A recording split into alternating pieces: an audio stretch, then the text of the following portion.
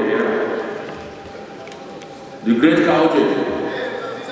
System of food poisoning and mishandling cases, and also collaborate with financial institutions, both nationally and internationally.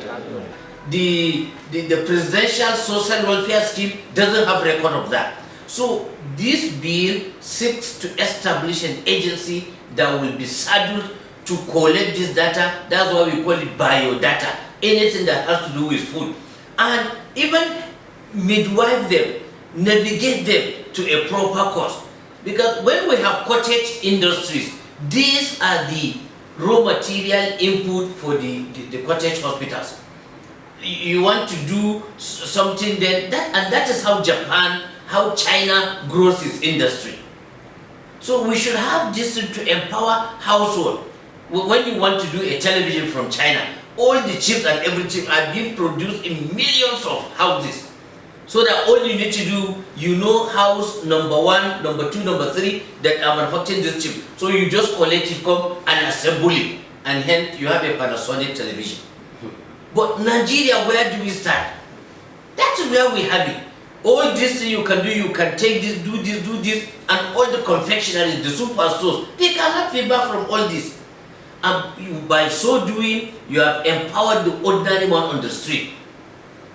And it will also curb unemployment. When you better their business, when people are talking about employment, unemployment, they look at the government.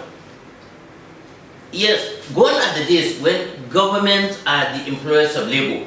Now, the question should have changed. Instead of what employment that government has for me, no, it should have been what enabling environment has the government set for me to thrive. And I should be asking myself, how do I employ myself? How do I become an employer of labor? Parliament is sponsoring terrorism. We are put on red alert to ensure that no member of Parliament from Nigeria come here to hide or to cause trouble. Mr. Speaker, I have to come back home dejected. I lose my respect and my privilege as a privileged member of this chamber. Mr. Speaker, they have been calling me all over the world. My friends have been telling me, who among you is that person sponsoring terrorism? Mr. Speaker, the right thing for a father to do, Mr. President is the father of the country today, the right thing for any father to do is to name and shame any child that is bringing about division or anything that will affect the family. But Mr. President did not shame that person, he did not name them. Instead, he named 469 members. Because of the fact that we have always cooperated, and in line with the fact that Nigeria is having a lot to deal with, Mr. Speaker, I want to appeal. If not, the right thing to do is to invoke Section 88 of the Constitution so that they can tell us who among us is the person that is causing terrorism. Mr. Speaker, all of us here now are prime suspects. If you go outside this place, people will ask you, if you go outside Nigeria, that you are a member of Parliament in Nigeria, you are a prime suspect. So I want to appeal, sir, in the spirit of working together for one Nigeria, that we have too much to deal with at this time, that the leadership of the House should liaise with their counterpart in the Senate to try and see Mr. President so that he can tell you, one, the person that is sponsoring terrorism among the 469 members. Then two, he should go ahead because he has the power of prosecution to prosecute that person, convict that person, and shame the person. Thank you for the opportunity. The House observed that there is need to work with the security agencies with the view of containing these acts towards making the state safe for law-abiding citizens to go about their lawful businesses. Thus is concerned that unless urgent and drastic measures are taken to halt the tide and combat those elements terrorizing the state, the events in Anambra State will evolve into a major crisis that will affect the entire Southeast and the nation.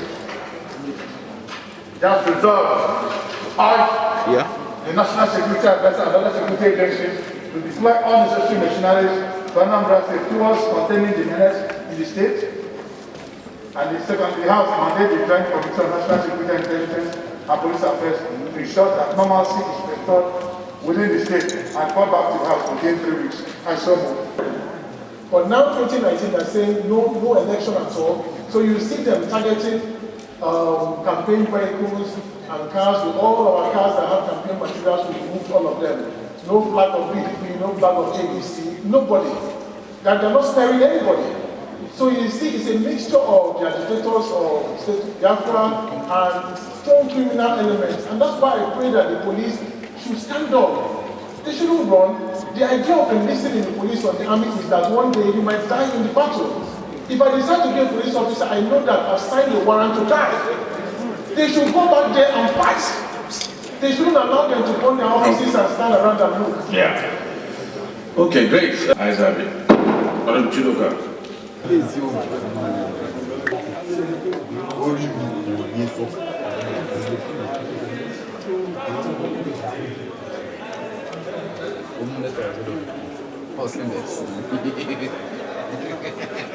Yeah, you have I know about it. I don't know about it.